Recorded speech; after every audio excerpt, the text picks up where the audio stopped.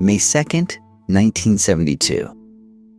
A housekeeper finds J. Edgar Hoover dead on his bedroom floor. Within the hour, before any official arrives, his secretary is already destroying decades of his private files. Some of it burns. Some of it doesn't, and what survives says more than Hoover ever intended. 8 American presidents tried to fire Hoover. Not one succeeded. For 48 years, he held more real power than any president who outranked him, not through armies or elections, but through filing cabinets. Secret files on senators with mistresses, presidents hiding breakdowns, generals hiding financial crimes. And he made sure they all knew he had it. How does one man turn a struggling federal agency into a shadow government capable of blackmailing a nation? We'll pull back the curtain on the most powerful unelected official in American history, and the machinery of fear he built to stay there. On the first day of January 1895, a boy was born in Washington, D.C., who would one day know the secrets of presidents. His name was John Edgar Hoover, and from the very beginning, his world was defined by order, hierarchy, and the suffocating weight of expectation. The Hoover family lived on Seward Square, just a short walk from the Capitol building. It was a modest, respectable neighborhood, the kind where curtains were kept clean and reputations were everything. Edgar, as his family called him, grew up surrounded by the machinery of government, its monuments and rituals baked into his earliest memories. Power in Washington was never abstract. It had an address. But the boy carried a private burden. Edgar stuttered. In a household that prized respectability, a stammering child was a source of quiet shame and fierce determination. He attacked the problem with characteristic intensity, training himself to speak in short, clipped bursts, choosing words he could control. The stutter never fully disappeared, but the effort to master it shaped something deeper in him, a lifelong obsession with controlling whatever he could and eliminating whatever he could not. At the center of his early world stood his mother, Annie Hoover. She was formidable, demanding, and deeply devoted to her youngest son. Annie instilled in Edgar a rigid code of morality, an absolute sense of right and wrong, and a conviction that discipline was the highest virtue. He would live with her until her death in 1938, long after he had become one of the most powerful men in America. Friends were few. Weakness was unacceptable. The home on Seward Square was, in many ways, a training ground for the man he would become. What sharpened Edgar's instincts more than anything else, however, was not school or church, but a job. At 18, he began working as a cataloger at the Library of Congress. The work was precise, methodical, and deeply satisfying to a mind like his. Books, documents, and records were received, classified, and filed according to a strict system. Nothing was lost. Everything had its place. Here, among the shelves and index cards, Edgar Hoover discovered something close to joy. Information, properly organized, was a form of power. He studied law in the evenings at George Washington University, earning his degree in 1917. He was 22 years old, ambitious, and already possessed of a bureaucratic genius that most men twice his age had never developed. The world outside was convulsing. The Great War raged in Europe, and America stood on the edge of entering it. Washington hummed with urgency, suspicion, and the particular electricity of a nation preparing for crisis. Edgar Hoover was ready. He was looking for a door to walk through, and one was about to open. The door opened in the summer of 1919, and it led directly into the crucible of American paranoia. Hoover joined the Justice Department's Bureau of Investigation at 24 years old. Still young enough to be underestimated, already shrewd enough to exploit that fact, when Attorney General A. Mitchell Palmer appointed him to lead the newly formed Radical Division. Hoover received exactly the assignment his temperament demanded. The country was frightened, and frightened countries needed men who kept lists. The fear had a sound. On the evening of June 2, 1919, explosions tore through 8 American cities simultaneously. Bombs struck the homes of judges, politicians, and businessmen from New York to Cleveland to Washington itself. One blast shattered the front of Palmer's own home on R Street, scattering the would-be bomber across the neighborhood in pieces. The perpetrators were never conclusively identified, but the message was received. Radical violence, it seemed, had arrived on American doorsteps. For Hoover, the bombings were not just a crisis. They were an opportunity. Working with extraordinary speed, he constructed what can only be described as a revolutionary intelligence apparatus for its time. Within months, his Radical Division assembled a card index system cataloging nearly 450,000 individuals, organizations, and publications deemed suspicious. Every name cross-referenced, every association noted, every pamphlet logged. The Library of Congress boy had found his true calling. Information was ammunition, and Hoover intended to be the best armed man in Washington. Then came the raids. On the night of January 2, 1920, federal agents and local police swept simultaneously across 33 American cities. Thousands of people were seized from meeting halls, homes, and union offices. Many were immigrants, many spoke little English, and many were guilty of nothing beyond membership in organizations the Justice Department found distasteful. Palmer and Hoover called them dangerous anarchists. Civil libertarians called the operation something closer to hysteria made law. The largest single deportation in American history followed. In December of 1919, the ship Buford, quickly nicknamed the Soviet Ark by the press, carried 249 deportees to Finland, among them the anarchist Emma Goldman. Hoover personally prepared the legal briefs authorizing her removal, and by several accounts stood on the dock to watch the ship depart. He was 24 years old. But the tide turned faster than either Palmer or Hoover anticipated. Assistant Secretary of Labor Louis Post reviewed thousands of deportation warrants and canceled the majority of them, finding the legal basis dangerously thin. Journalists and lawyers began documenting the raids in uncomfortable detail, cataloging beatings, illegal detentions, and the denial of counsel.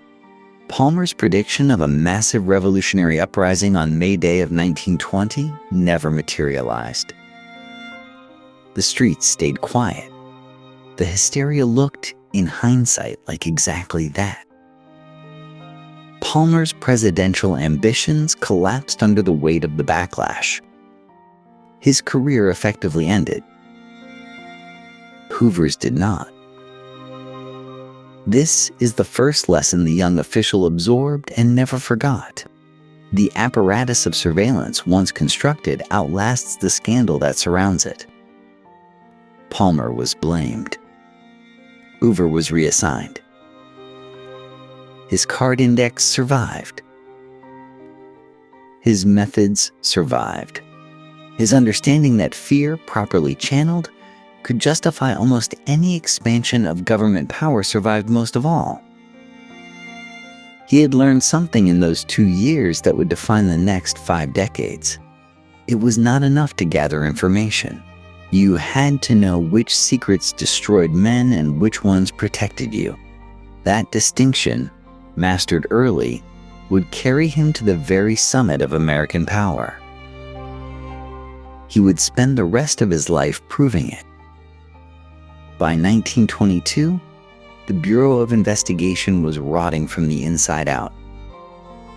The agency Hoover had helped build into a formidable surveillance machine was now something considerably less impressive. Under Director William Burns, a former private detective with a flamboyant reputation and flexible ethics, the Bureau had drifted into the swamp of Harding-era corruption. Burns ran his agents less like federal investigators and more like personal operatives, deploying them to dig up dirt on political enemies, harass critics of the administration, and protect friends of the president from scrutiny. Then came Teapot Dome. The scandal, which would become the defining symbol of Harding-era graft, centered on the secret leasing of federal oil reserves at Teapot Dome, Wyoming, and Elk Hills, California.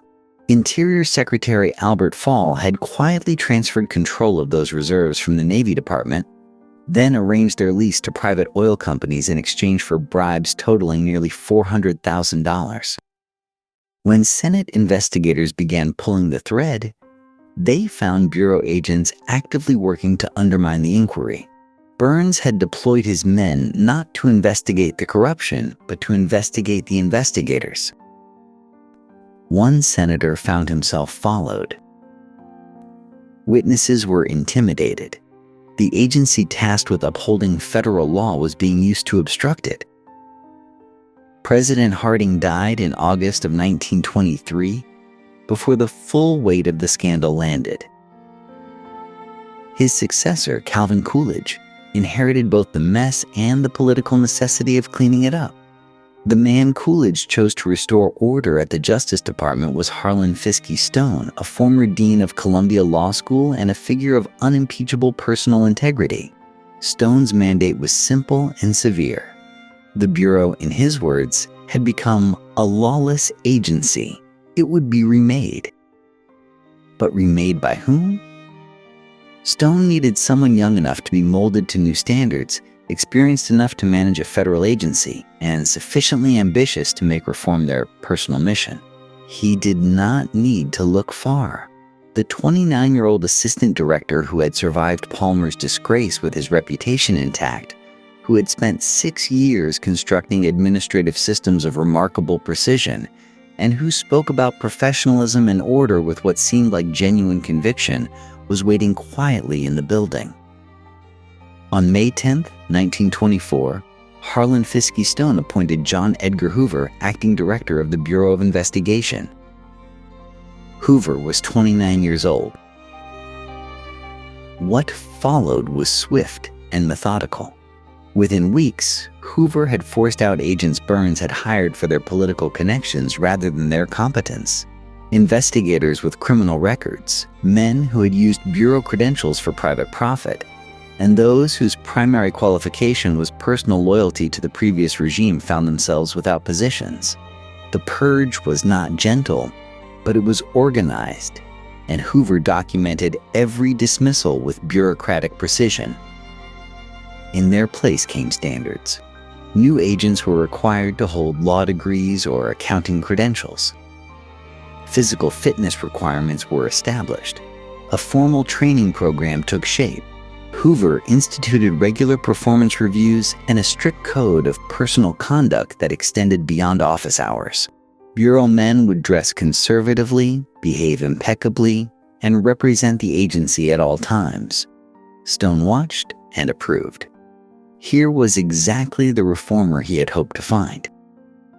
What Stone perhaps did not fully appreciate was that he had also handed an extraordinarily capable and profoundly ambitious young man something far more valuable than a title.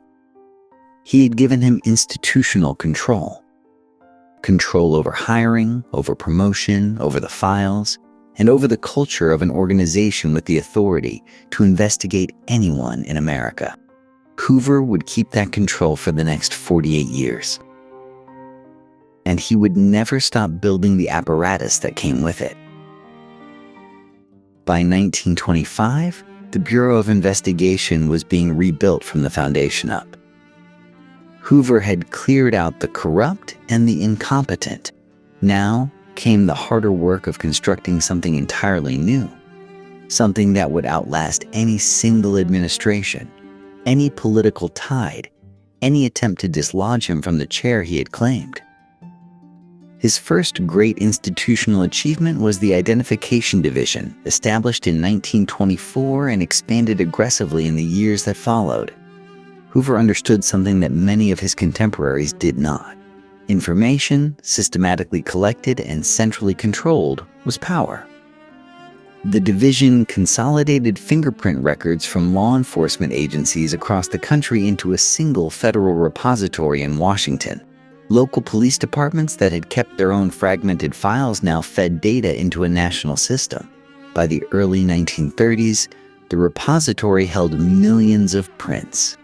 More importantly, it was Hoover's repository. Anyone who wanted access came to him. In 1932, he added another instrument to his growing arsenal. The FBI laboratory opened that year gave the Bureau the ability to analyze physical evidence with scientific methods most local agencies could not afford or replicate. It was positioned as a public service, available to law enforcement agencies across the nation, and that framing was entirely intentional. Every case the laboratory touched extended the Bureau's reach further into American policing. Hoover was building dependencies, and dependencies built loyalty. The FBI National Academy followed the same logic. Training local officers at the Bureau's own institution meant shaping an entire generation of American law enforcement in Hoover's image, with his values, his methods, and his instinctive deference to the federal center he occupied. But the machinery Hoover was constructing had a quieter side, one not announced in press releases or celebrated in congressional testimony. Almost from the beginning of his directorship, Hoover maintained a parallel system of intelligence gathering that had nothing to do with criminal investigation. Informants inside labor unions, political organizations, and civic groups fed information back to Bureau offices. Reports were compiled on figures ranging from sitting senators to civil liberties advocates to journalists who asked inconvenient questions. None of this was necessarily authorized under the Bureau's narrow mandate. All of it was filed, indexed, and kept. Who would check? Stone had already moved on to the Supreme Court by 1925. The Justice Department supervisors who nominally oversaw Hoover found themselves confronting an administrator who was better organized, better informed, and more essential to daily operations than any of them. The machine had become too complex for outsiders to audit meaningfully. In 1928, Hoover hired a 27-year-old law school graduate named Clyde Tolson as a special agent. Tolson's rise was remarkable in its speed, from agent to assistant director within 2 years, and it was driven almost entirely by Hoover's personal attention. The two men became inseparable professionally and privately, lunching together daily, vacationing together each year, and spending nearly every evening in each other's company for the next 4 decades. Tolson became both Hoover's enforcer and his most intimate companion, the one person inside the Bureau who could read the director's moods and translate them into institutional action. By 1932, the Bureau had been transformed.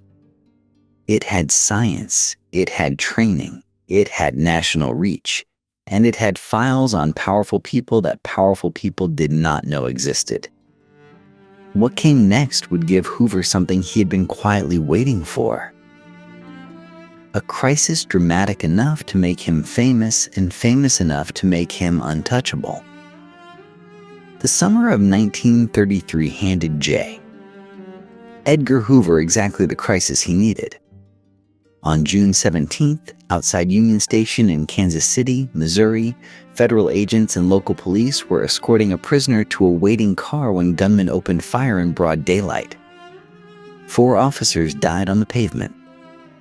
The prisoner they had been transporting was killed as well. The attackers vanished. The nation was horrified, and Hoover understood instantly what the horror meant. Here was his opening. The Kansas City Massacre, as the press immediately dubbed it, crystallized a public fear that had been building for years. Criminals moved freely across state lines while federal agents stood legally paralyzed at jurisdictional borders, unable to carry weapons in many circumstances, unable to make arrests without local cooperation. Hoover pressed Congress relentlessly. By the following year, a package of federal crime laws had passed, giving Bureau agents the authority to carry firearms, make arrests, and pursue criminals across state lines.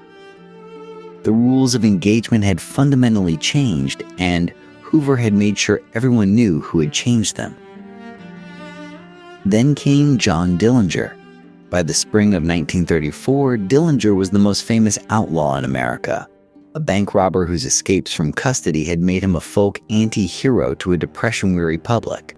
Hoover declared him public enemy number one, a designation the Bureau had invented and which proved to be a stroke of public relations genius.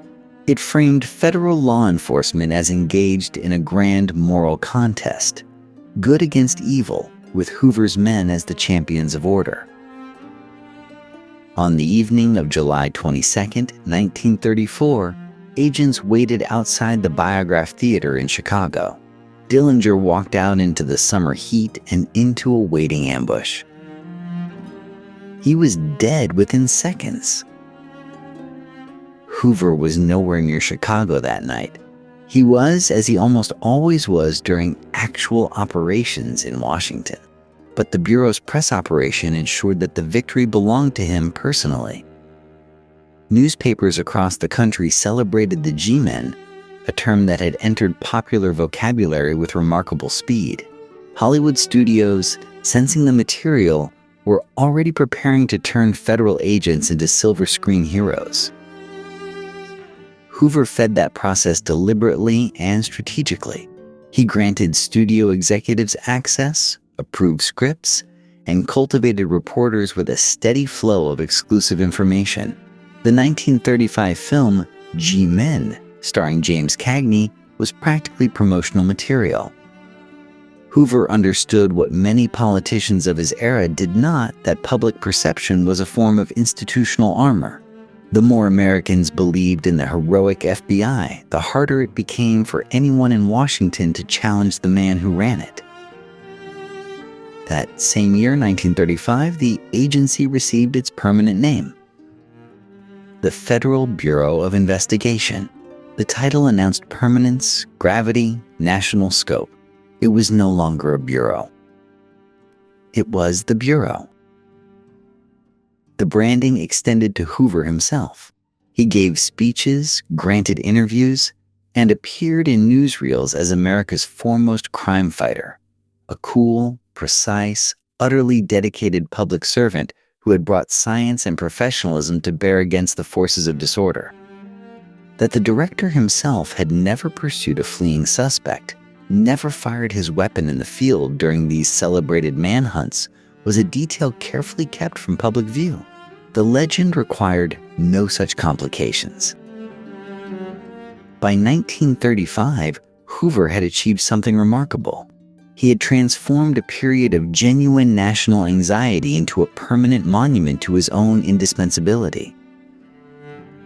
But criminals and gangsters, however useful, were ultimately limited as enemies. The threats Hoover would pursue next were far larger, far more ideological, and far more useful to a man who had learned that fear, properly managed, was the most durable currency in Washington. While the newsreel cameras captured Jay, Edgar Hoover shaking hands with senators and accepting civic awards, something else was happening in the quieter corridors of the Justice Department building. Filing cabinets were filling up, and the contents of those cabinets had nothing to do with criminals. Hoover had grasped a truth that most powerful men learn too late, if they learn it at all. Public admiration fades. Laws change. Presidents come and go. But information, carefully collected and permanently stored, never loses its value. Beginning in the early 1930s, Hoover established what he called his official and confidential files, kept not in the Bureau's central record system, but in his own personal office under his direct control. These were not case files. They were not evidence logs. They were something altogether different. Private dossiers on senators, congressmen, cabinet members, judges, and journalists. Anyone whose goodwill, silence, or cooperation Hoover might one day require. The timing was deliberate. Franklin Roosevelt had arrived in the White House in 1933 with enormous political momentum and a restless, expansive vision for federal government. New agencies multiplied. New officials arrived in Washington by the hundreds. Hoover watched this influx carefully and began collecting. Who owed money to whom? Who was drinking too heavily? Who was conducting an affair? Whose past contained a chapter they had hoped to close forever?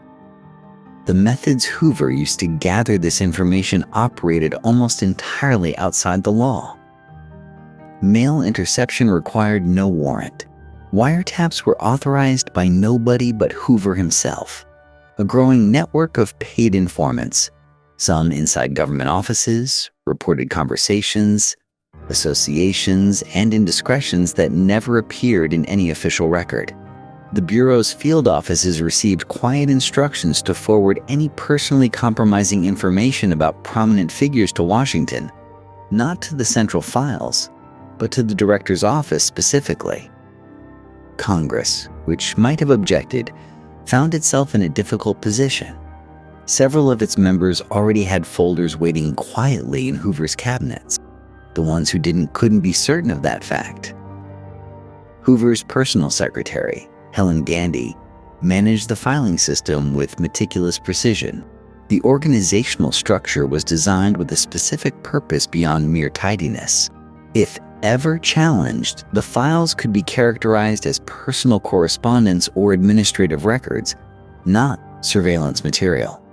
Deniability was architectural, built into the system from the beginning. Roosevelt knew, in a general way, that Hoover collected information on people. He occasionally made use of this capacity himself.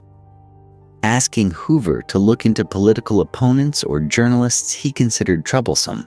This created a useful arrangement for both men, though it was Hoover who understood better than Roosevelt exactly where the arrangement was leading.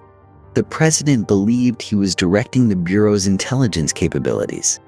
Hoover was simply adding Roosevelt's request to his own education about how power worked and who needed what. By the late 1930s, Hoover had refined his philosophy into something close to a governing principle. Information was power, yes, but only if its existence was known and its contents unknown. The most effective dossier was one the subject suspected existed but could never confirm. Uncertainty was more paralyzing than any explicit threat. Hoover never needed to say what he knew. He only needed people to wonder. He cultivated that uncertainty with precision.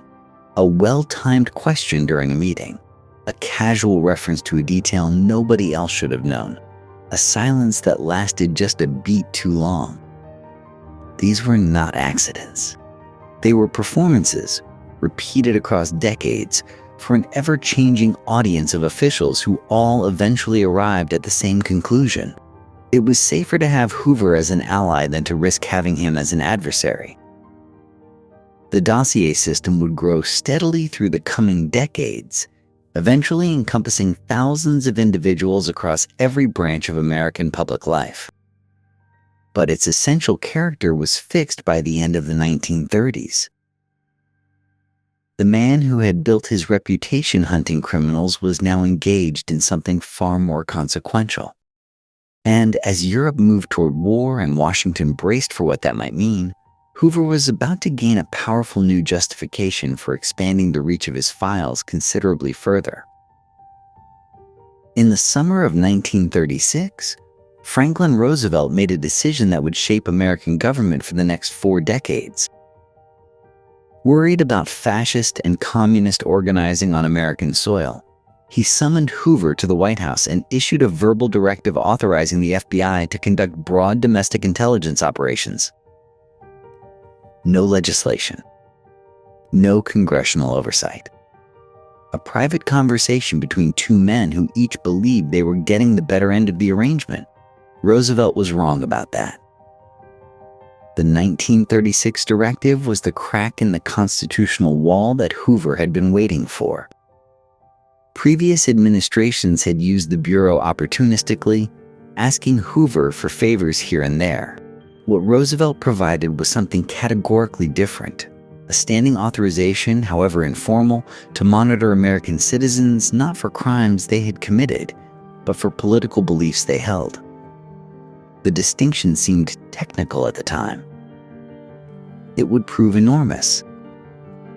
Hoover moved quickly. Field offices received new instructions. The targets expanded well beyond foreign agents and radical organizers. Critics of the New Deal found themselves under observation. Labor leaders, progressive journalists, civil rights attorneys, anyone agitating at the edges of what Washington considered acceptable politics, all became subjects of bureau interest. Hoover reported selectively to Roosevelt, sharing what was useful and quietly retaining what was valuable for other purposes. Eleanor Roosevelt presented a particular challenge and a particular opportunity. The First Lady was, by 1936, the most politically active president's spouse in American history. She traveled without Secret Service, corresponded with civil rights leaders, advocated publicly for causes her husband found politically inconvenient, and maintained friendships with individuals Hoover considered suspicious. He monitored her extensively, building a file that eventually ran to hundreds of pages. It documented her public activities, her private associations, and details of her personal life that had nothing whatever to do with national security. Hoover never used this material against her directly. He didn't need to. Roosevelt knew the file existed, and that knowledge accomplished precisely what Hoover intended. The more remarkable insurance policy, however, concerned the president himself. Through informants and intercepts, Hoover assembled evidence of Roosevelt's extramarital relationship with Lucy Mercer Rutherford, a romance Eleanor had discovered years earlier and which had nearly ended the marriage. Hoover also gathered information on other associations Roosevelt maintained with some discretion. He presented none of this to anyone. He simply held it the way a careful man keeps a document he hopes never to need. This was the central architecture of Hoover's power during the Roosevelt years. He was simultaneously the president's instrument and the president's shadow. Roosevelt could direct the Bureau against his enemies, and did. He could receive intelligence reports that helped him govern, and did. But beneath that functional partnership ran a current Roosevelt could feel without ever quite seeing. The director knew things. About opponents, yes, but also about allies and about the president himself. Neither man was entirely comfortable. Neither man walked away. The mutual dependence had its own gravity. By 1941, with Europe already at war and American involvement looking increasingly inevitable, the arrangement had calcified into something like a template. Roosevelt needed Hoover's domestic intelligence apparatus too much to challenge him. Hoover needed Roosevelt's political protection too much to overplay his hand. They were not friends. They were not equals. They were two men who had constructed a situation neither could escape, and both had decided to call a partnership. Every president who followed would inherit some version of this bargain. The specific terms would shift. The personalities would change. But the fundamental structure, a president who used Hoover and feared him in roughly equal measure, would prove remarkably durable. Roosevelt had believed in 1936 that he was mobilizing a tool. What he had actually done was establish a precedent. The FBI director now operated in a space where law, politics, and private knowledge converged, accountable to almost no one, useful to almost everyone, and dangerous in ways that rarely announced themselves until it was too late to matter. The war that was coming would give Hoover new resources, new justifications, and an entirely new category of Americans to watch.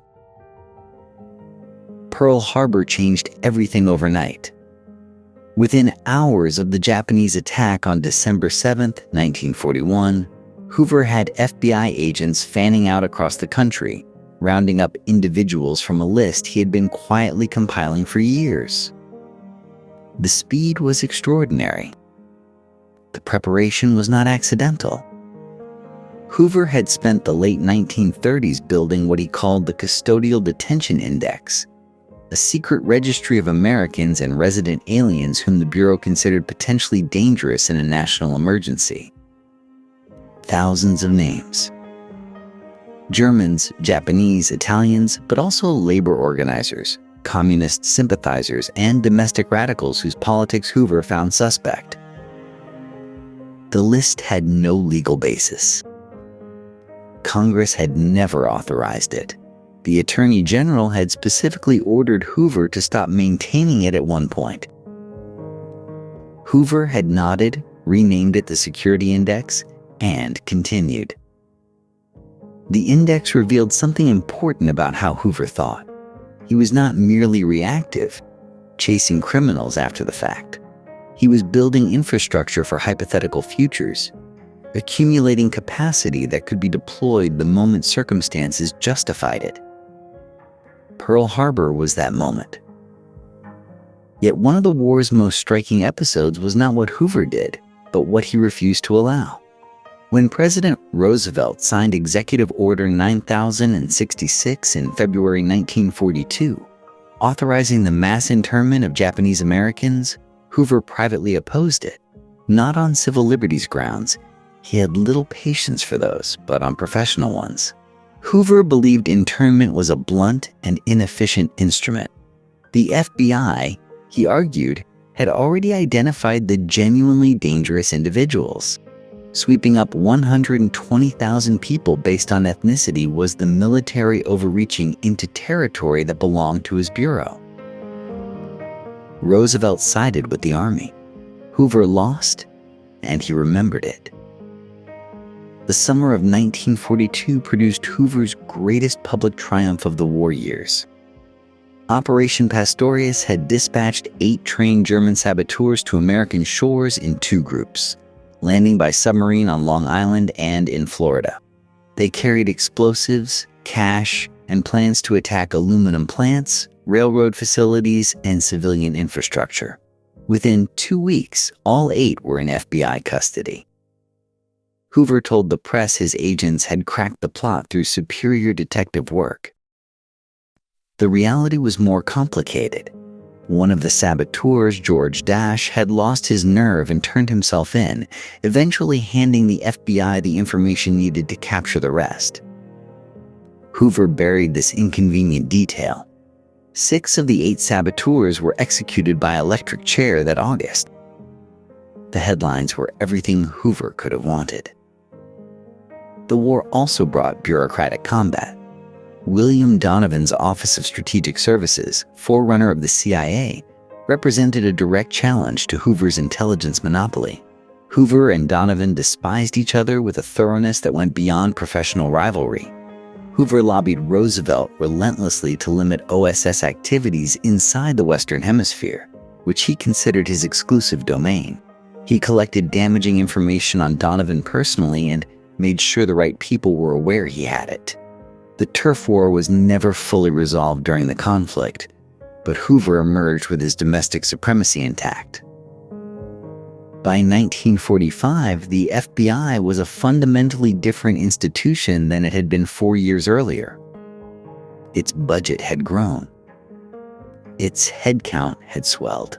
Its surveillance infrastructure, built under the justification of wartime necessity, extended into every corner of American society. And the Custodial Detention Index continued to expand, well past the defeat of Germany and Japan, filled with names of Americans who had never been charged with anything. The war had provided the justification. The machinery, however, would not be returning to the garage when the fighting stopped. The war ended. The fear did not. In the summer of 1945, even as American soldiers came home to ticker tape parades, Edgar Hoover was already preparing for a different kind of conflict. The Soviet Union, an ally just months before, was in his view the most dangerous enemy the United States had ever faced. And unlike Nazi Germany or Imperial Japan, this enemy operated in the shadows, planting agents inside American institutions, stealing secrets, corrupting loyalties. It was precisely the kind of threat that required exactly the kind of bureau Hoover had spent 2 decades building. He was not wrong about the infiltration. He was simply going to use the truth of it to claim far more than the truth justified. In the summer of 1945, a defecting Soviet courier named Elizabeth Bentley walked into FBI offices and began naming names. Her information, combined with a top-secret signals intelligence effort called the Venona Project, confirmed what Hoover had long suspected. Soviet intelligence had penetrated the Treasury Department, the State Department, and, most shockingly, the Manhattan Project itself. The atomic bomb's secrets had been stolen. Hoover moved carefully. The Venona intercepts were so sensitive that sharing them openly risked revealing American cryptographic capabilities. He used the intelligence selectively, feeding it through channels that protected the source while advancing his institutional interests. One such channel was a young California congressman named Richard Nixon.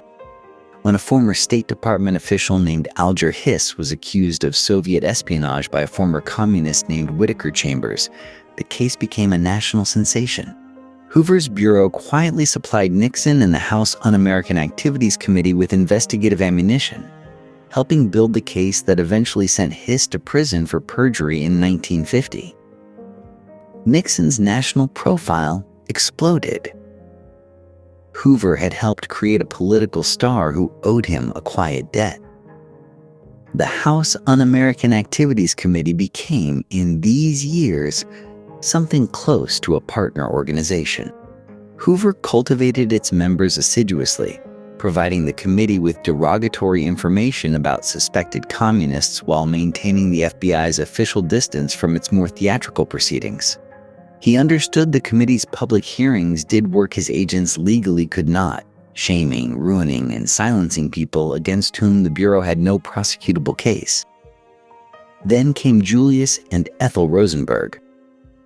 Arrested in 1950 on charges of passing atomic secrets to the Soviets, they were tried, convicted, and executed by electric chair in June of 1953. The Venona intercept strongly implicated Julius. Ethel's role was considerably murkier. Hoover knew this. He pushed forward regardless.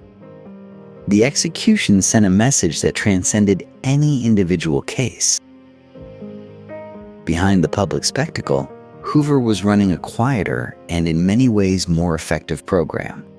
The FBI's Responsibilities Program, launched in 1951, allowed the Bureau to secretly transmit derogatory information about suspected communists directly to their employers. No charges. No hearings. No opportunity to confront the accusers. A teacher, a factory worker, a government clerk would simply find themselves dismissed, their supervisor having received a discreet visit or a carefully worded communication from a federal agent. Lives destroyed without a courtroom ever being involved. By the end of 1950, Hoover had accomplished something remarkable. He had transformed domestic surveillance from a wartime emergency measure into a permanent feature of American life. The communist threat was real enough to be credible and diffuse enough to be endless. It justified everything and authorized nothing that Hoover was not already inclined to do. The machinery he had built was running at full speed. And arriving on the horizon was a senator from Wisconsin who was about to discover just how useful that machinery could be. Joseph McCarthy did not discover the communist threat. He discovered that the communist threat was useful. When the junior senator from Wisconsin stood in Wheeling, West Virginia in February of 1950 and waved a piece of paper claiming he held a list of known communists inside the State Department, he was performing something Hoover had refined over 2 decades into an art form. The difference was that Hoover never lost control of his performance. The two men recognized something in each other almost immediately. McCarthy needed what Hoover possessed: credibility, intelligence, and the institutional weight of the Federal Bureau of Investigation, Hoover needed what McCarthy could provide: a loud, public battering ram that could strike targets Hoover preferred not to strike openly himself. The arrangement they reached was never written down. It rarely needed to be. FBI agents, working with Hoover's quiet approval, began feeding McCarthy's office with classified information, investigative files, and the names of individuals the Bureau had flagged but could not prosecute. William Sullivan, one of Hoover's senior officials, later acknowledged the pipeline directly. McCarthy's thunderous Senate floor accusations often rested on a foundation of Bureau intelligence that had been carefully laundered through intermediaries. Hoover maintained what he considered a safe distance. He and McCarthy met socially, lunched together, exchanged friendly correspondence. Officially, none of this was happening. For nearly 4 years, the arrangement served Hoover perfectly. McCarthy burned through Washington like a fire, and Hoover stood warmly nearby without singeing himself. Then McCarthy made the mistake that all of Hoover's satellites eventually made. He grew reckless. When McCarthy turned his investigations toward the United States Army in 1954, accusing it of harboring communists and covering up subversion, he had finally aimed at an institution capable of fighting back. The Army McCarthy hearings, broadcast live on television to an audience of millions, exposed something the radio age had concealed. McCarthy was a bully, and bullies looked different under studio lights. When the Army's counsel, Joseph Welch, turned to McCarthy on June 9th of 1954 and asked quietly, "Have you no sense of decency, sir?" The silence that followed said everything. Hoover had already begun his retreat weeks earlier. The FBI director quietly signaled to allies in the Senate that McCarthy had become an embarrassment. He stopped returning calls. The pipeline of intelligence dried up. By December of 1954, the Senate voted 67 to 22 to censure McCarthy. He died in office less than 3 years later, a broken man. Hoover attended none of the proceedings. He issued no statements. He had never officially been involved. What McCarthy's destruction illustrated more clearly than anything else in Hoover's career was the director's fundamental rule for survival: never be the one holding the torch when the fire gets out of hand. Let someone else burn. The lesson would serve him for another 18 years. By 1956, Hoover had spent 3 decades fighting communism in public. Now he decided to fight it in the dark. On August 28th of that year, Hoover authorized a classified program within the FBI whose name revealed almost nothing about its true nature.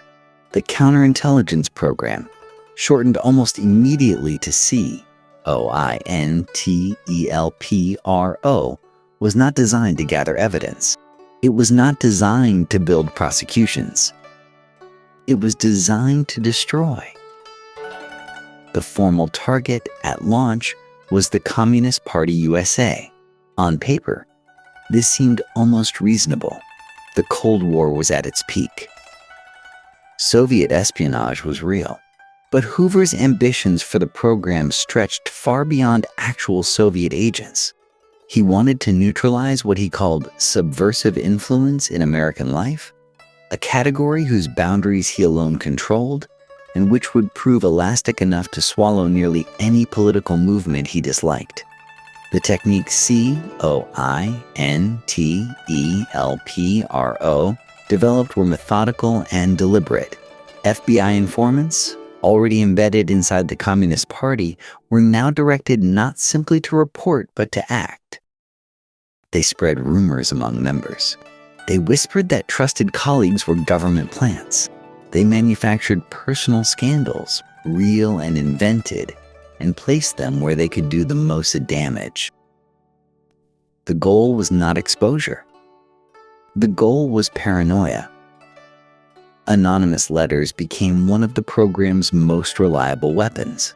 Typed on unmarked paper, untraceable, signed with false names or not signed at all, these letters arrived in mailboxes across the country. A letter to an employer suggesting that a particular worker held dangerous political loyalties. A letter to a wife suggesting her husband was having an affair with a fellow party member. A letter to a party leader accusing a lieutenant of being an informant. True or false hardly mattered. Suspicion was enough. The FBI also cultivated relationships with journalists willing to accept and publish stories that the Bureau quietly provided. A planted item in a newspaper column. A magazine piece drawing on sources that were, in reality, FBI press materials. Hoover understood that the most powerful disinformation was the kind that appeared to come from everywhere at once. By 1957, COINTELPRO expanded. The Socialist Workers' Party became a target, despite being a legal political organization with no credible connection to Soviet espionage. Puerto Rican nationalist groups followed. The program was growing not based on genuine national security concerns, but on Hoover's personal map of acceptable and unacceptable American political opinion. What made COINTELPRO different from everything that had come before was not its methods in isolation. Hoover had used informants for decades. He had planted stories. He had destroyed careers. But those operations had always carried at least the theoretical possibility of oversight. COINTELPRO had none. Congress did not know it existed. Federal judges had no knowledge of it. No court had authorized its techniques or reviewed its targets. The Attorney General received only the vaguest outlines, and only occasionally.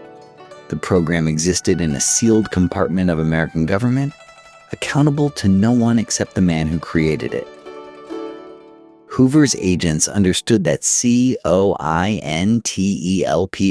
paperwork was to be kept strictly separated from regular investigative files, clearly marked to prevent inadvertent disclosure. The secrecy was not incidental. It was the architecture. This was the fullest expression of what Hoover had been building since the 1920s. A power that operated beneath the visible machinery of democratic government that could act without authorization, and that would never appear in any record a congressman might request or any courtroom document a judge might review. The American public in 1958 went about its daily life with no knowledge that their government ran a covert domestic disruption program targeting political organizations of its own citizens.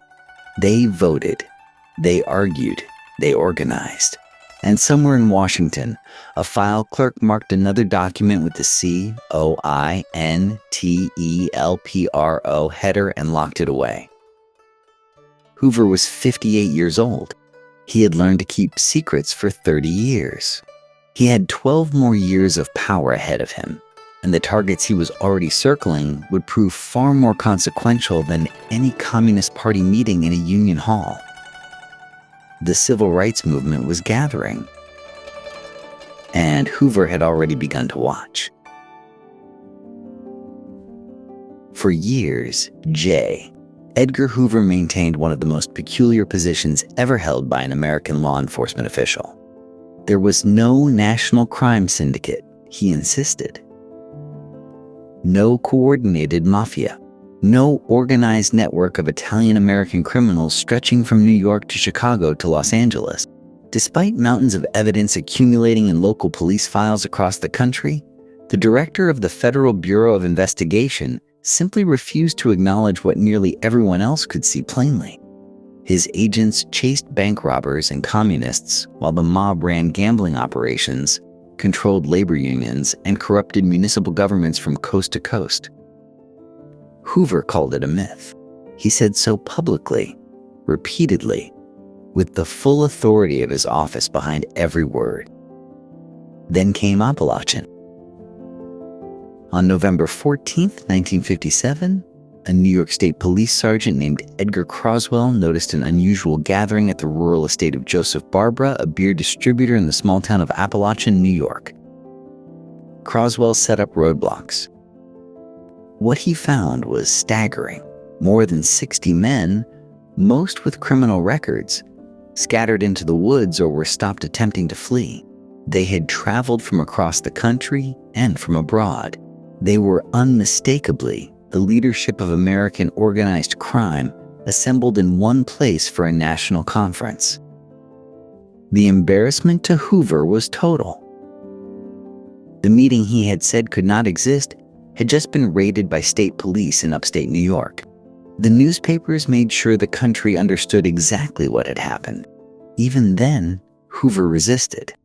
He had built the FBI's statistical reputation on measurable victories, bank robbery arrests, stolen car recoveries, cases opened and closed with satisfying efficiency. Organized crime offered none of that. It was slow, expensive, dangerous investigative work with no guaranteed outcome. It required years of effort and produced results that were difficult to put in an annual report. But Hoover had another problem pressing in from within the Kennedy administration. Robert Kennedy, appointed Attorney General in January 1961, despised the mob with a personal intensity forged during his years investigating corrupt labor unions. He demanded action. He forced the FBI to create organized crime squads and actually use them. For Hoover, taking orders from a man 31 years his junior was an indignity he never forgave. And underneath all of it ran a darker theory, whispered in Washington and examined seriously by investigators for decades afterward. Mob figures, some accounts suggested, possessed photographs of Hoover in compromising situations with his longtime deputy Clyde Tolson. Whether those photographs existed remains unproven, but the theory offered an explanation for behavior that otherwise seemed almost inexplicable in a man whose entire career was built on the ruthless pursuit of leverage over others. Perhaps the most powerful keeper of secrets in American history had secrets of his own.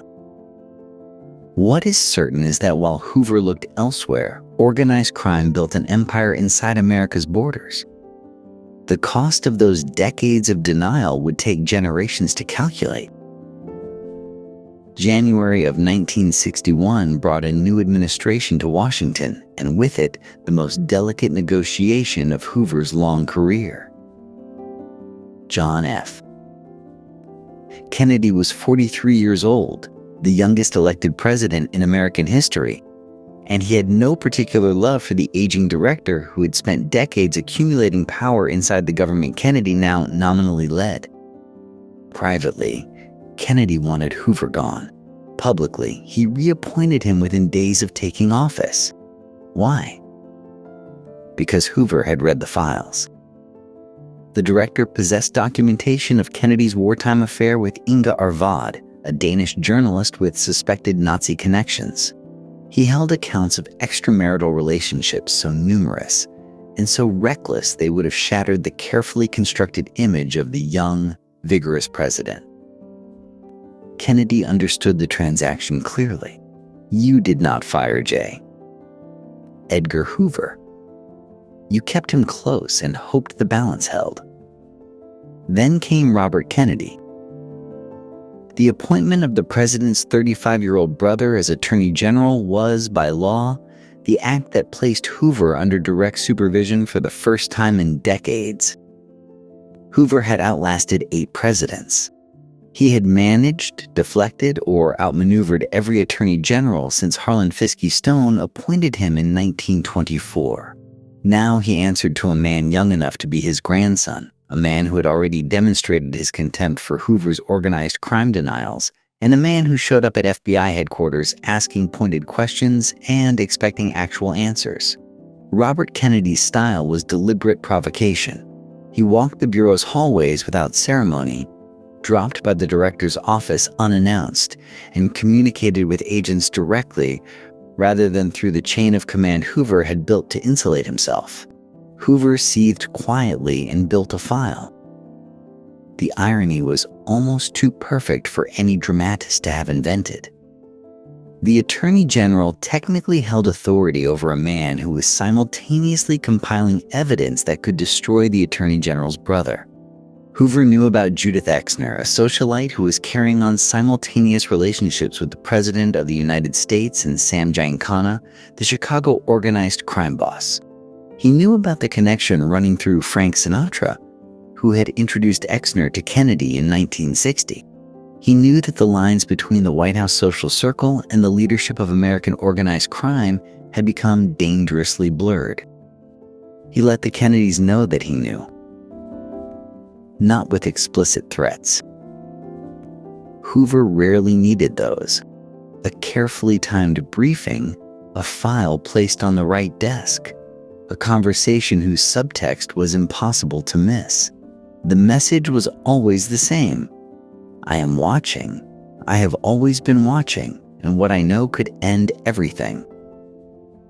The FBI director sent a personal briefing about the Exner situation to the president in March of 1962.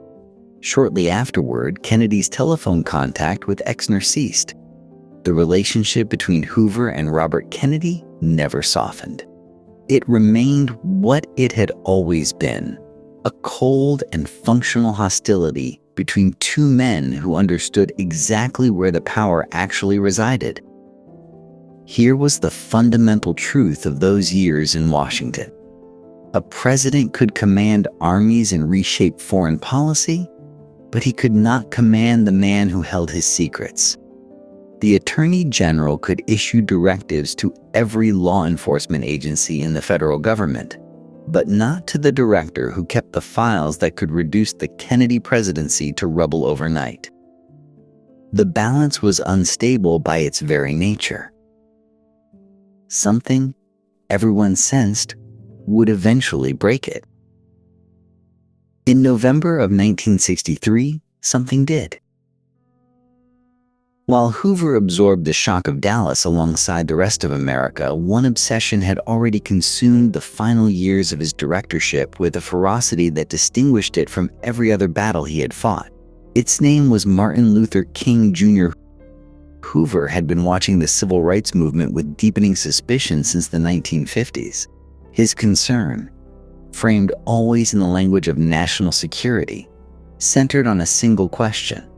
Who, exactly, was influencing the men and women reshaping American society?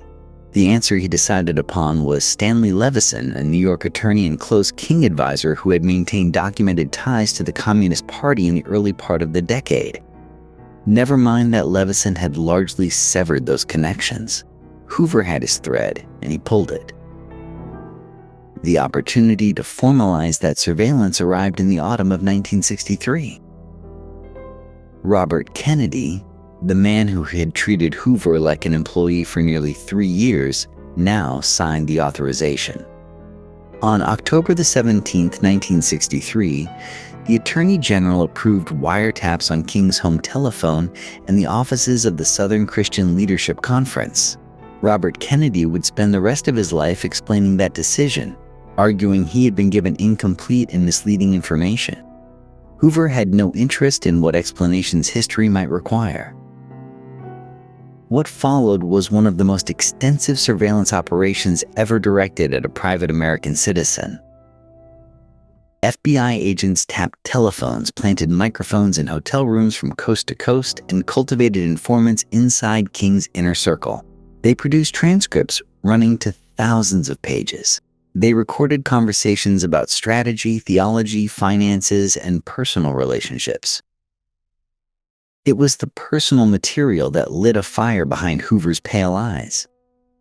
The recordings captured evidence of King's extramarital affairs, evidence that Hoover found simultaneously useful and, by his own rigid moral framework, genuinely repellent. The director who had spent decades policing the private lives of others through his files now possessed something he believed could detonate beneath the most prominent black leader in American history.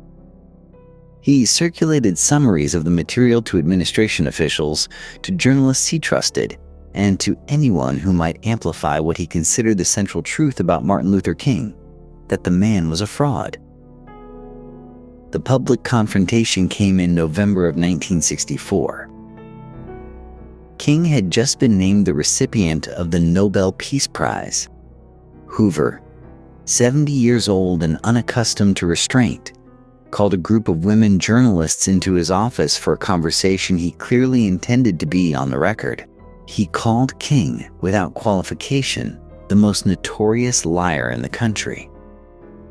The remark detonated across the front pages of America. King responded by requesting a meeting. The two men sat across from each other in Hoover's office on December 1st, 1964, 1 week before King accepted his Nobel Prize in Oslo. Both men performed civility. Neither meant it. Hoover emerged from the meeting convinced of nothing. King emerged understanding that the most powerful law enforcement officer in the United States had made his destruction a personal project. The campaign would continue and intensify in the years ahead. But the shape of it was already clear by the close of 1964. Hoover was not simply monitoring a political movement he considered dangerous. He had developed something closer to a genuine hatred, the kind that erases the boundary between institutional function and personal vendetta. In his correspondence and internal memos, King was not a minister or a civil rights leader. He was, in Hoover's own words, a moral degenerate, the most dangerous Negro in America. The irony was not lost on those watching from outside. The man who had spent 40 years professing to defend American values was deploying the full machinery of federal power to silence a minister who asked only that those values apply equally to everyone. What Hoover could not yet see, and what history would make plain, was that the movement King represented was larger than any single man. Destroying King would not stop what King had started. But Hoover would spend years trying. What arrived at the Southern Christian Leadership Conference offices in late November of 1964 was, on the surface, an ordinary package. Inside it was one of the most monstrous documents ever produced by an American government agency. The package had been assembled inside FBI headquarters under the supervision of William Sullivan, the chief of the Bureau's Domestic Intelligence Division. It contained reel-to-reel recordings, spliced together from months of hotel room surveillance, capturing King in moments of intimate and compromising behavior. Alongside the tapes sat a letter. It was unsigned. It was written to read as though it came from a fellow Black American, a disillusioned voice from within the movement. But every sentence had been crafted by federal employees sitting at government desks. The letter told King that he was a fraud, a dissolute hypocrite whose true character was preserved forever on the enclosed recordings. It described him as an evil, abnormal beast. And then it pointed toward a conclusion. King had 34 days, the letter suggested, before the material would be made public. The Nobel Prize ceremony was scheduled for December 10th in Oslo. The arithmetic was not accidental. Whoever had written those words wanted King to understand exactly what was coming and exactly when. The meaning was unmistakable. This was a suggestion that King take his own life before the world could see what the FBI believed it had captured. Coretta Scott King opened the package before her husband did. She later described the experience in plain and devastating terms. She gathered herself before sharing the contents with him, understanding immediately what it represented. When King read the letter and listened to portions of the tapes alongside close advisors, his response was not the collapse that Hoover's operatives may have anticipated. He identified the source almost immediately. He told those around him, no question about who had sent it. Only one organization in America had both the recordings and the motive. He went to Oslo. He accepted the Nobel Peace Prize on December 10th, 1964, standing before the world as a laureate and a symbol of nonviolent resistance. Whatever Hoover had intended the package to accomplish, it had not accomplished that. For years afterward, the letter's existence was known only to those directly involved. The FBI had sent it without authorization from the Justice Department and had carefully avoided creating a paper trail that would surface quickly. It was not until Senate investigations in the mid-1970s, during the Church Committee hearings, that exposed the full scope of COINTELPRO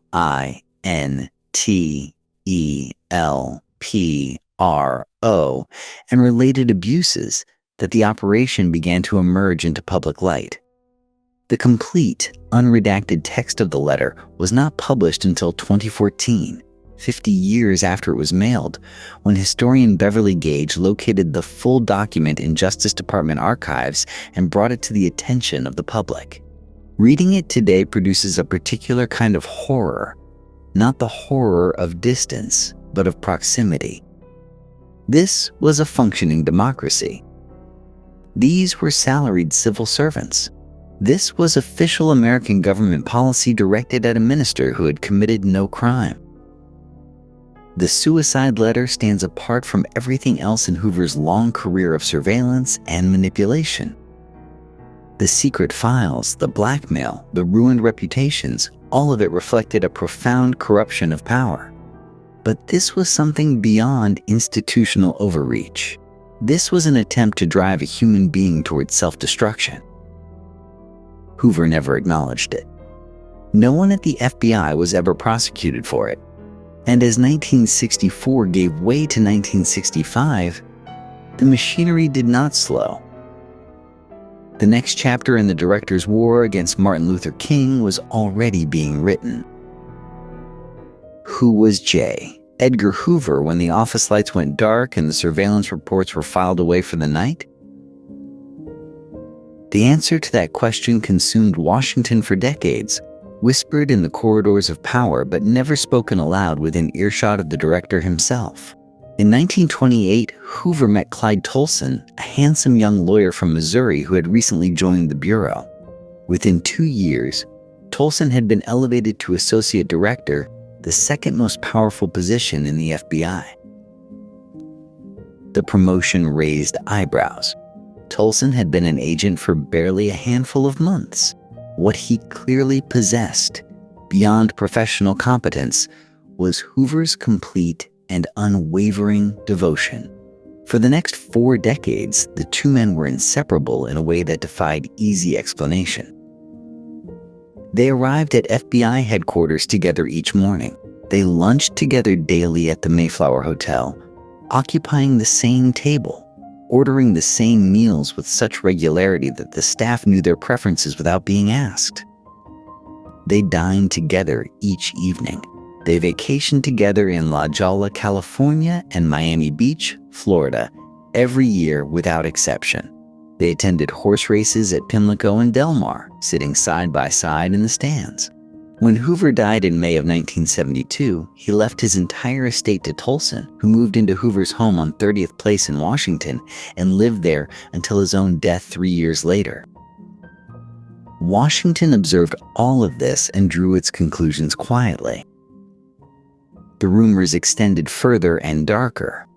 Beginning in the 1950s and growing louder through the 60s, stories circulated that Hoover had been photographed in compromising situations, that organized crime figures possessed images of the director dressed in women's clothing. These claims, most famously associated with mob lawyer Frank Regano and later repeated by journalist Anthony Summers in his 1993 biography, have never been definitively proven. Documents have not surfaced. The photographs, if they ever existed, have not emerged. But the question has always pressed insistently against a genuinely strange historical fact. For decades, Hoover insisted publicly that the American Mafia did not exist as an organized national enterprise.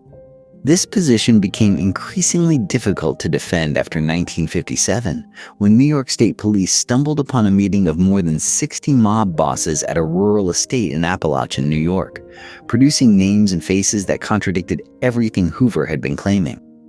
Even then, the FBI was slow to build meaningful organized crime cases. Did Hoover's personal vulnerability shape federal law enforcement policy toward the Mafia?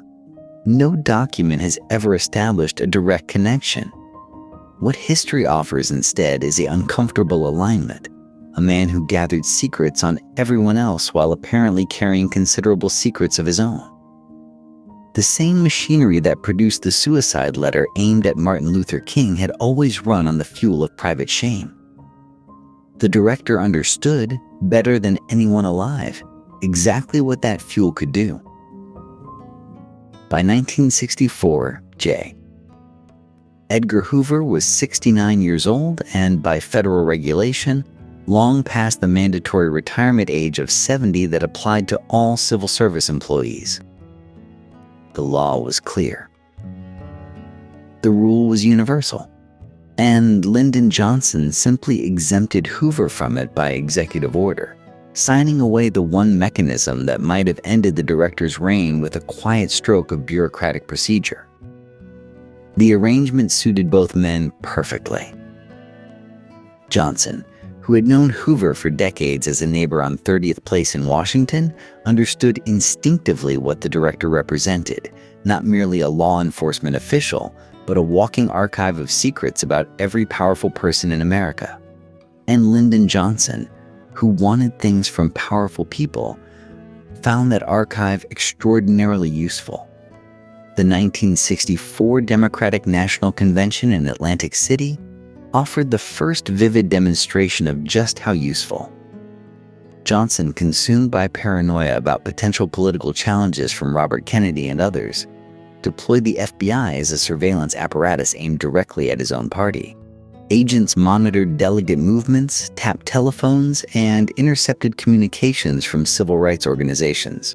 The man running against poverty and for the Great Society was simultaneously directing federal intelligence resources against the very activists who had helped build his political coalition. Hoover delivered. Within hours of any significant development on the convention floor, Johnson was receiving intelligence summaries about what his opponents were planning, saying, and fearing. The surveillance extended to Barry Goldwater, Johnson's Republican opponent that autumn. The FBI gathered intelligence on Goldwater's campaign, and while the full scope of what was collected and shared remains contested by historians, the pattern was unmistakable. Hoover was functioning less as a law enforcement director and more as a private intelligence chief serving presidential political interests. As the Vietnam War escalated through 1965 and 66, and senators like William Fulbright began organizing serious opposition, the FBI's monitoring expanded to cover the anti-war movement and its political sympathizers. Critics of the war in Congress found themselves subjects of bureau scrutiny. The line between security surveillance and political intimidation had never been thinner. What made the Johnson-Hoover relationship so remarkable was its perfect symmetry of mutual dependency. Johnson needed Hoover's intelligence to manage his political enemies, to know what his critics were planning before they planned it, to maintain the kind of comprehensive awareness of Washington's shifting loyalties that his anxious, domineering temperament demanded. He needed Hoover protected, powerful, and grateful. Hoover, in turn, needed Johnson's protection from the retirement regulations that would otherwise have removed him. He needed a president willing to look away from the Bureau's expanding domestic surveillance programs. He needed the executive branch's continued blessing for methods that could not survive serious legal scrutiny. Two men, each holding something the other required, each understanding precisely what the arrangement meant. The irony was almost too neat. A president who spoke eloquently about building the Great Society was simultaneously constructing something considerably darker, a surveillance partnership that treated American democracy as a game to be won through the accumulation of private information. By 1968, with Johnson's presidency collapsing under the weight of Vietnam and urban unrest, the relationship that had seemed so advantageous began showing its costs. The same surveillance machinery Johnson had enthusiastically employed was now a permanent feature of American government, too large and too deeply embedded to simply switch off. Johnson announced he would not seek re-election in March of that year. Hoover remained at his desk. The director had outlasted another president. And into the chaos of 1968, with assassinations reshaping the political landscape and a new generation demanding radical change, Hoover's bureau would find itself confronting the most turbulent years of its existence. By 1967, Edgar Hoover had made a decision. The civil rights movement, the Black Power organizations rising from its fractured edges, and the student movements flooding American campuses were not, in his view, expressions of legitimate democratic dissent. They were threats requiring neutralization. The program he expanded that year carried a bureaucratic name that revealed nothing of its true nature. COINTELPRO, short for Counterintelligence Program, had existed in various forms since the 1950s. But the August 1967 launch of COINTELPROB Black nationalist hate groups marked something new in scale and intent. The Bureau's internal memoranda were explicit about the goal: prevent the rise of what Hoover called a Black Messiah, a unifying leader who might transform scattered protest into coordinated political power. The Black Panther Party, founded in Oakland in 1966, became the Bureau's primary obsession. Hoover called the Panthers the greatest threat to the internal security of the country, a remarkable claim about an organization that numbered in the thousands. FBI field offices across the country received instructions to infiltrate Panther chapters, document their activities, and, critically, disrupt them. The disruption tactics were often deliberately vicious. Agents forged letters designed to inflame tensions between the Panthers and a rival Los Angeles organization called the U.S. Organization, led by Ron Karenga. Fake correspondence, written on Bureau typewriters to mimic Panther letterhead, was sent to U.S. organization members implying Panther threats against their leadership. The result was not merely organizational friction. People died. Several Panther members were killed in confrontations with U.S. organization members during 1969. Confrontations that Bureau documents later revealed the FBI had actively worked to provoke. The Student Nonviolent Coordinating Committee faced a parallel campaign. SNCC, which had organized some of the most courageous nonviolent direct action of the early civil rights era, found itself under sustained surveillance and infiltration as it shifted toward a more confrontational stance under leaders like Stokely Carmichael. FBI informants attended meetings, reported on internal debates, and helped manufacture reputational damage wherever possible.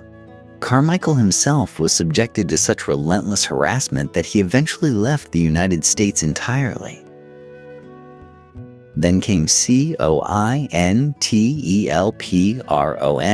You Left, formally launched in May 1968 against the anti-war student movement. Organizations like Students for a Democratic Society found FBI informants embedded in their chapters on hundreds of campuses.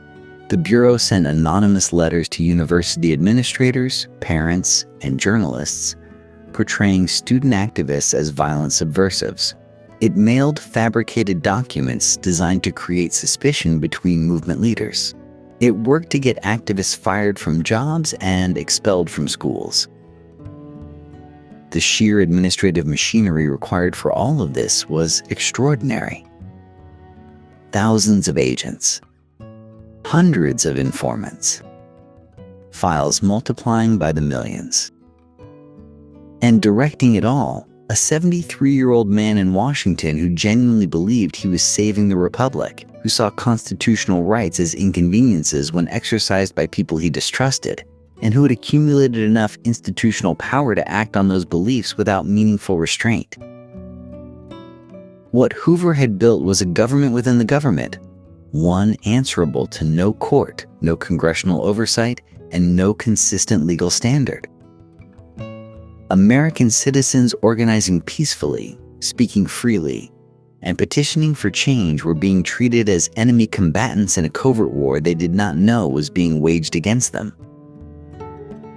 The 1960s were ending in exhaustion and trauma. And as a new administration prepared to take power in January 1969, the question was whether Richard Nixon would rein in the director or simply find new uses for the machinery Hoover had spent 40 years building. 8 presidents: Calvin Coolidge, Herbert Hoover, Franklin Roosevelt, Harry Truman, Dwight Eisenhower, John Kennedy, Lyndon Johnson, Richard Nixon. Each one arrived at the White House carrying the full authority of the American presidency. Each one, in time, quietly decided that J. Edgar Hoover was simply too dangerous to remove. The pattern began establishing itself early.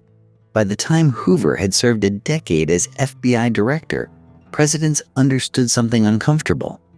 The man they nominally supervised had files on them, on their associates, on their friends, their enemies, their indiscretions, and he knew how to make that knowledge felt without ever making an explicit threat.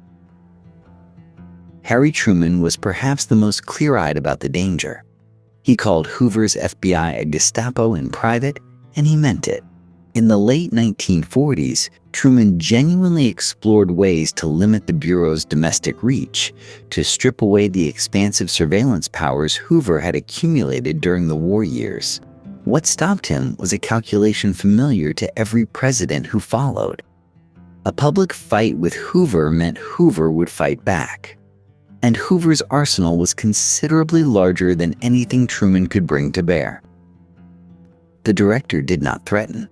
He simply arranged for certain pieces of information to circulate, for certain conversations to be reported back, for certain individuals close to the White House to find themselves suddenly under scrutiny. Truman ultimately left Hoover in place. Eisenhower's approach was different in texture, but identical in outcome. The former general was privately wary of Hoover, but Eisenhower was a man who understood institutional power and chose his battles with cold precision. He accommodated the director.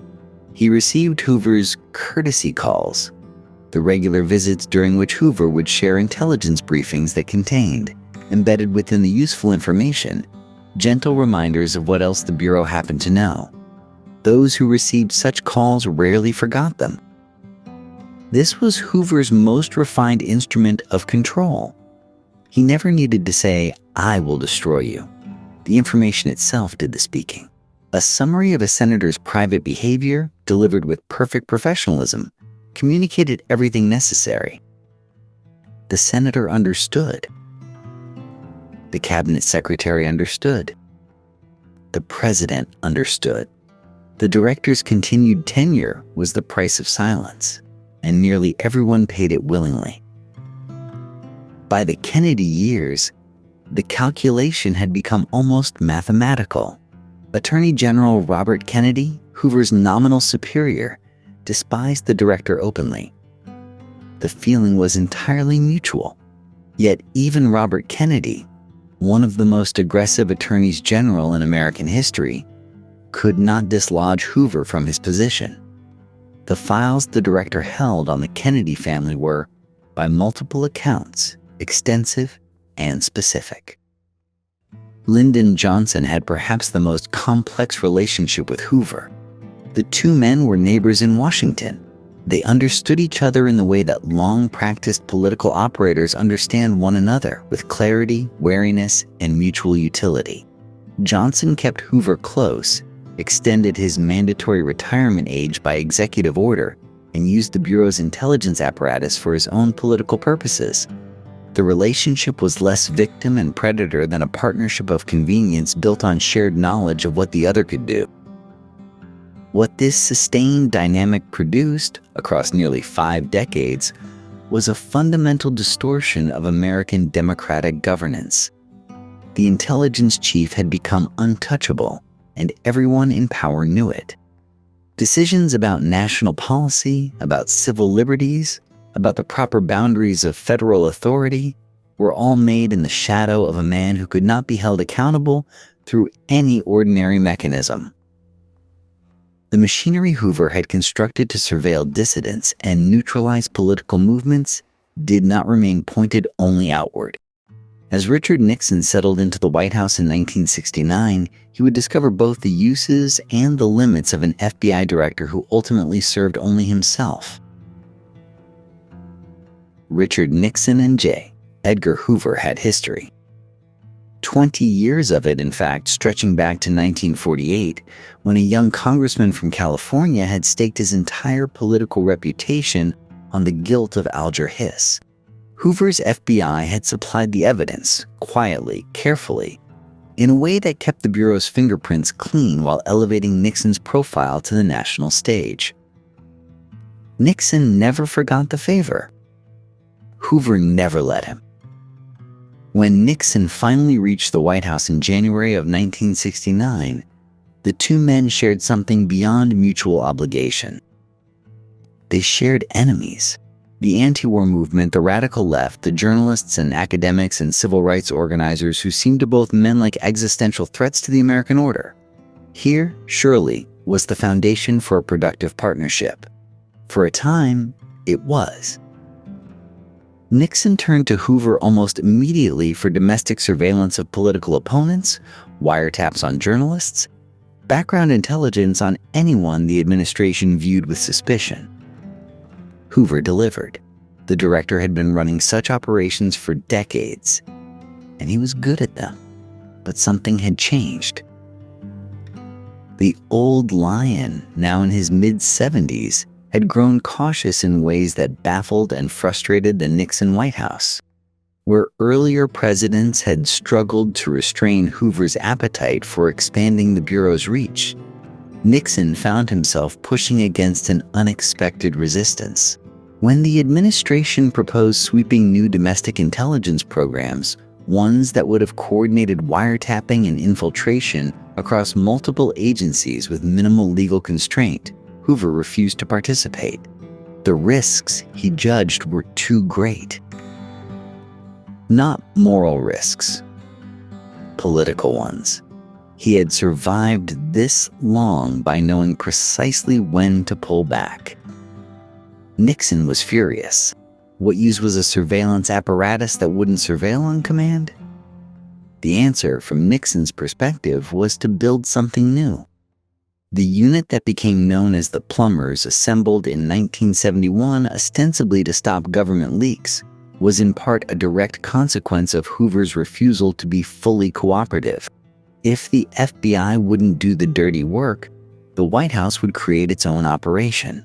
The catastrophic logic of that decision would not become apparent until a hotel complex called Watergate. Meanwhile, Nixon began having private conversations that would have astonished observers only a few years earlier. He wanted Hoover gone. The director was too old, too independent, too unpredictable. But every time the subject arose, Nixon faced the same ancient problem every president before him had faced. Hoover still had the files. He still had the relationships. He was still at 76, the most dangerous man in Washington to cross openly. The standoff between two deeply paranoid men who knew too much about each other could not continue indefinitely. One of them was running out of time, though neither yet knew which one. The answer would come in the spring of 1972, from the most final and irrevocable direction imaginable. While Nixon and Hoover conducted their wary standoff at the top, something quieter and perhaps more dangerous to the director's legacy was stirring from within. A new generation of FBI agents, many of them lawyers and college graduates recruited during the Bureau's post-war expansion, had grown increasingly uncomfortable with what they were being asked to do. These were not radicals. They were men who had joined the FBI because they believed in law enforcement, in due process, in the ideals the Bureau publicly claimed to represent. What they encountered inside the institution often told a different story. Dissatisfaction spread in hushed conversations, in careful letters sent to trusted colleagues. Agents complained about the Bureau's rigid culture, about promotions tied to personal loyalty to Hoover rather than professional merit, about being ordered to conduct surveillance operations that had no legal foundation whatsoever.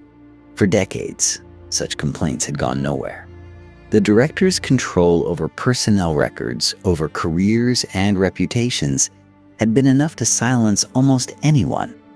But by 1970, that silence was becoming harder to maintain. The outside world was asking questions too. Jack Anderson, the syndicated columnist and investigative journalist, had made it his particular mission to expose what the FBI was actually doing behind its carefully polished public image. Anderson published details of bureau operations that Hoover had kept buried for years, connecting dots between the FBI surveillance programs and specific political targets. Hoover despised Anderson with a ferocity that was almost personal, and the feeling was mutual. But the director's old tools, the quiet threat, the damaging file slipped to a sympathetic reporter, were losing their bite in an era when the press itself had grown considerably bolder.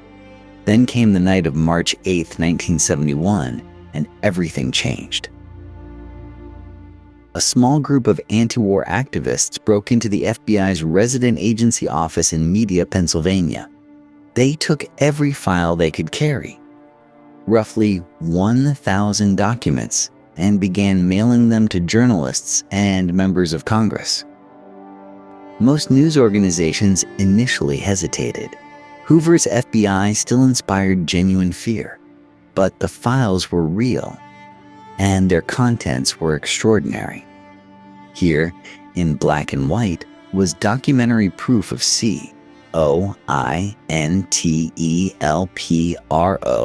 the Bureau's systematic program to infiltrate, disrupt, and destroy domestic political organizations through methods that had nothing to do with law enforcement and everything to do with political control. The word COINTELPRO entered the public vocabulary almost overnight.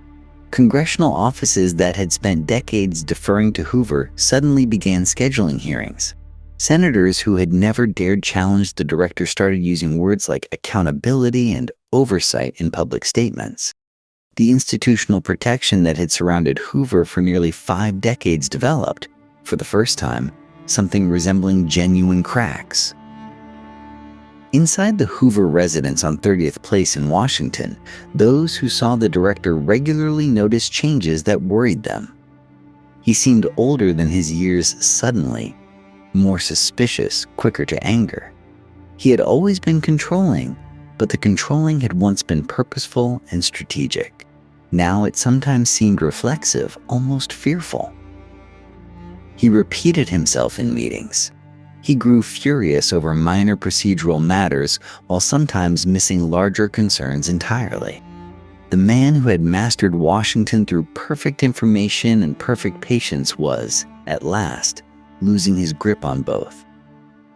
The empire he had constructed over nearly 5 decades was not collapsing, not yet. But the walls were showing their age.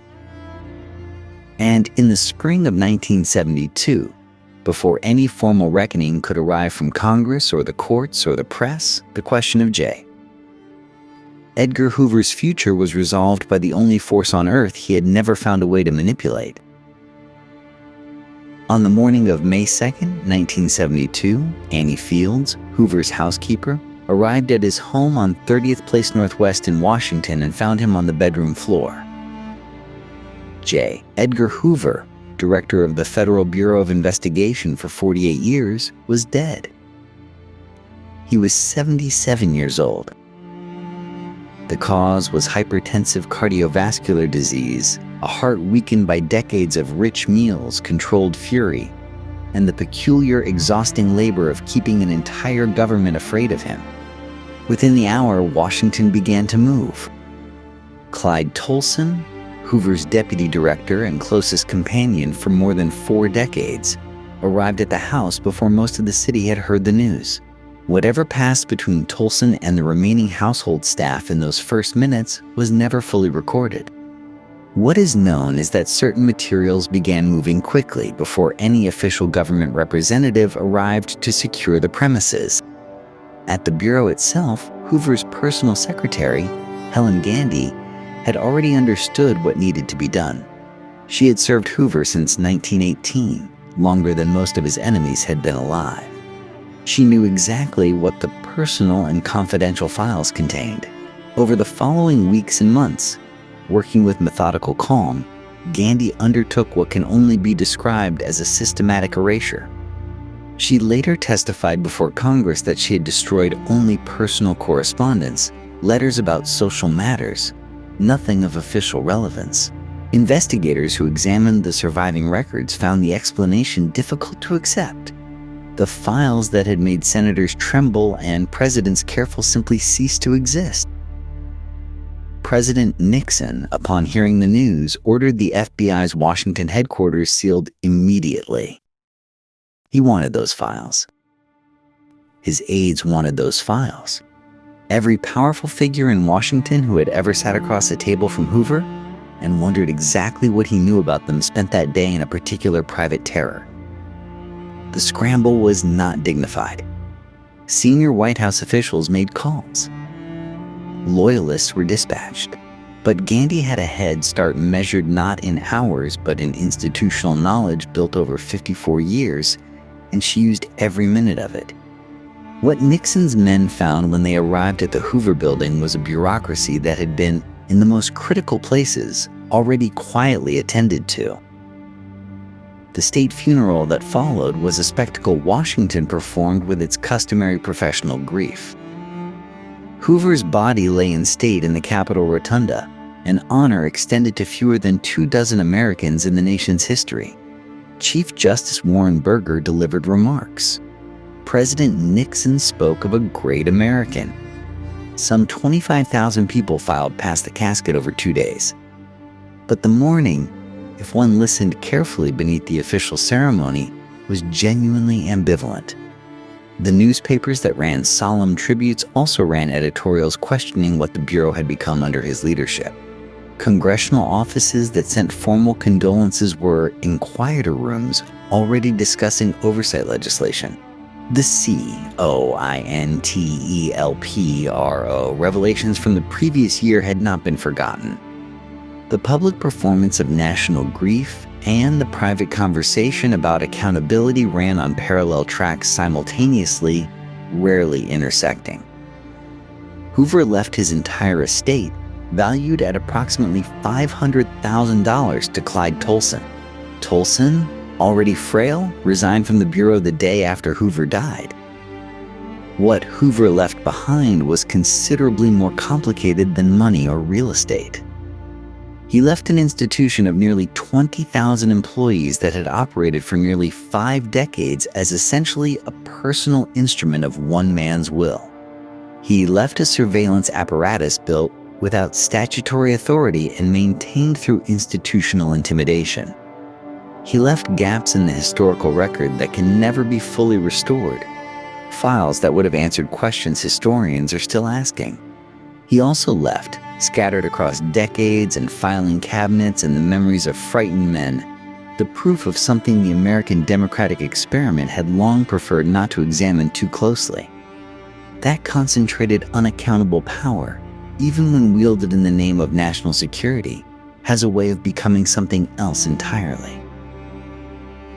The question of what would happen to the Bureau Hoover had built, and whether anyone could truly dismantle what he had constructed, fell now to the men he had left behind. 3 years after Hoover's death, the reckoning finally arrived. In January of 1975, Senator Frank Church of Idaho convened the Select Committee to study governmental operations with respect to intelligence activities. The name was bureaucratic. What the committee uncovered was not.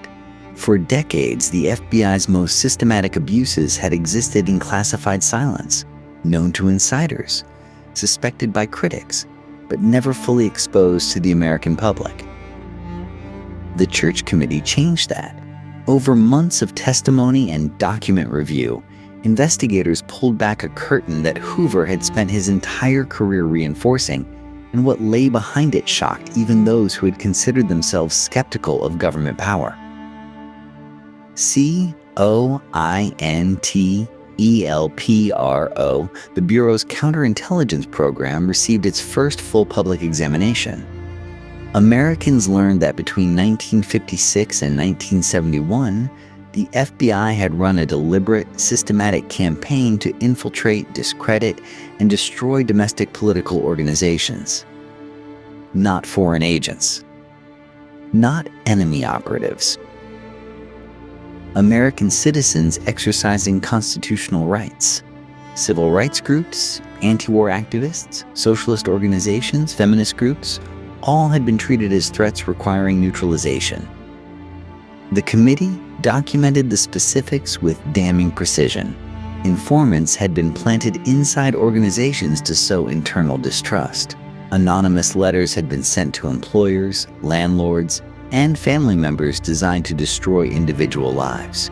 Forged documents had been circulated to provoke conflicts between groups. The Bureau had, in the language of its own internal memos, worked to expose, disrupt, misdirect, discredit, and otherwise neutralize movements it found politically objectionable. The testimony regarding Martin Luther King drew particular attention. The surveillance, the wiretaps, the hotel room recordings, all of it now came before the public in documented detail. And then there was the letter. Investigators confirmed what had long been rumored. In 1964, the FBI had sent King an anonymous package containing recordings from his hotel rooms alongside a letter that was, in plain language, an encouragement to take his own life before his acceptance of the Nobel Peace Prize made his alleged private conduct fully public. The committee read portions of that letter into the congressional record. The silence in the hearing room was noted by every reporter present. Former FBI officials sat before the committee and offered explanations that satisfied almost no one. The threats had been real, they argued. The methods had been necessary. National security required flexibility. Senator Church was not persuaded, and he said so with the particular controlled anger of a man who understood exactly what he was looking at. What made the hearings genuinely consequential was not simply the exposure, but the documentation. This was not rumor. These were FBI memoranda, signed, dated, filed by agents who had understood at the time that what they were doing carried official sanction. The Bureau had not gone rogue. It had followed orders, Hoover's orders, for nearly 2 decades. The reforms that followed were real, if incomplete. Congress passed the Foreign Intelligence Surveillance Act in 1978, creating a dedicated court to oversee domestic intelligence operations and establishing legal boundaries that had simply not existed before. Guidelines were issued restricting FBI domestic surveillance. Oversight mechanisms were strengthened. Whether those reforms were sufficient remained, and remains, a genuinely open question. The apparatus Hoover had constructed did not disappear. The instincts that had built it did not vanish from institutional culture overnight. What the Church Committee had accomplished was to place the evidence in the public record permanently. The secret was out, not entirely, but enough. Americans now knew what their government had done in the name of protecting them.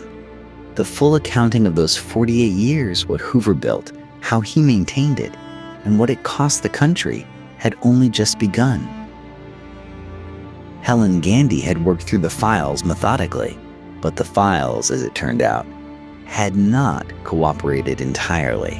When investigators later reconstructed what survived, the picture was complicated. Gandy had destroyed the most sensitive of Hoover's personal file materials, but the official and confidential files, roughly 17,000 pages worth, had passed to Acting Director L. Patrick Gray, and eventually into FBI custody. They had not vanished. They had merely waited. The Freedom of Information Act, strengthened significantly in 1974, gave journalists, scholars, and ordinary citizens a new tool for prying open what remained. Requests began arriving at FBI headquarters in volumes no one had anticipated. What came back, slowly and often heavily redacted, revealed the extraordinary breadth of Hoover's curiosity about American life. Albert Einstein had a file. Ernest Hemingway had a file. The Bureau had monitored Hemingway so persistently in his later years that some historians have since argued the resulting paranoia contributed to his deteriorating mental state. He had told friends he was being followed. He had been right. John Lennon, Marilyn Monroe, Eleanor Roosevelt, Supreme Court justices, sitting senators, prominent journalists. The files kept emerging, each release adding texture to a portrait of surveillance that was, in its totality, almost incomprehensible in scale. Academic investigators began the painstaking work of reconstruction. Scholars like Ethan Theoharis spent careers piecing together what Hoover had actually collected and how he had used it. What they found confirmed the pattern the Church Committee had identified, but extended it further than even those hearings had reached. The Bureau's reach into American intellectual and cultural life had been pervasive in ways that statistics alone could not fully convey. Hoover had not simply monitored radicals. He had monitored America. The declassification process continued across the following decades, irregular in pace, inconsistent in completeness, but persistent. Each major release brought new revelations. Some files remained withheld on national security grounds that grew harder to justify as the 20th century receded further into history. Advocacy organizations continued pressing through litigation and legislation for fuller disclosure. What the accumulated evidence demonstrated, assembled across 40-plus years of post-Hoover investigation, was not simply that abuses had occurred. It was that the abuses had been structural, deliberate, and effective. Hoover had understood something about power that most of his contemporaries had not. That information, quietly held, was the most durable currency in Washington. Presidents came and went. Policies shifted. But the files remained. The story of J. Edgar Hoover did not end with his death in May of 1972, or with Gandhi's shredding operation, or even with the Church Committee's formal accounting. It continued wherever the files surfaced, in archives and reading rooms, in court filings and declassified document dumps, in the quiet work of historians still sorting through what one man spent 48 years collecting. The full reckoning, it turned out, was a project without an end date. What happens to a democracy after someone like J. Edgar Hoover? The reforms came quickly, as they often do after scandal. Congress imposed a 10-year term limit on FBI directors in 1976, ensuring that no single person could again accumulate decades of institutional power. The position that Hoover had treated as a personal fiefdom would henceforth belong to the office, not the man. But laws can only reach so far. They can constrain tenure. They cannot easily dismantle a culture. The institutional habits Hoover had built over nearly 5 decades proved remarkably durable. The FBI that emerged from the reforms remained an agency deeply shaped by its founders' priorities, his emphasis on loyalty, his comfort with secrecy, his belief that the Bureau's mission justified extraordinary measures. Successive directors worked to professionalize and redirect the organization, with genuine success in many areas. Yet the recurring controversies that followed, from accusations of domestic surveillance overreach in the 1980s to questions about informant programs after September 11, 2001, suggested that some lessons required repeated learning. The tension at the heart of Hoover's career, between the genuine security threats a nation faces and the liberties it must protect in facing them, did not resolve itself with his death. It simply changed shape. When Edward Snowden walked out of a National Security Agency contractor facility in 2013 carrying classified files, the echoes were immediate and unmistakable. Here again was the revelation that the American government had been collecting information on its own citizens at a scale that dwarfed anything the public had been told. The specific technologies were unrecognizable to Hoover's era. The underlying logic was not.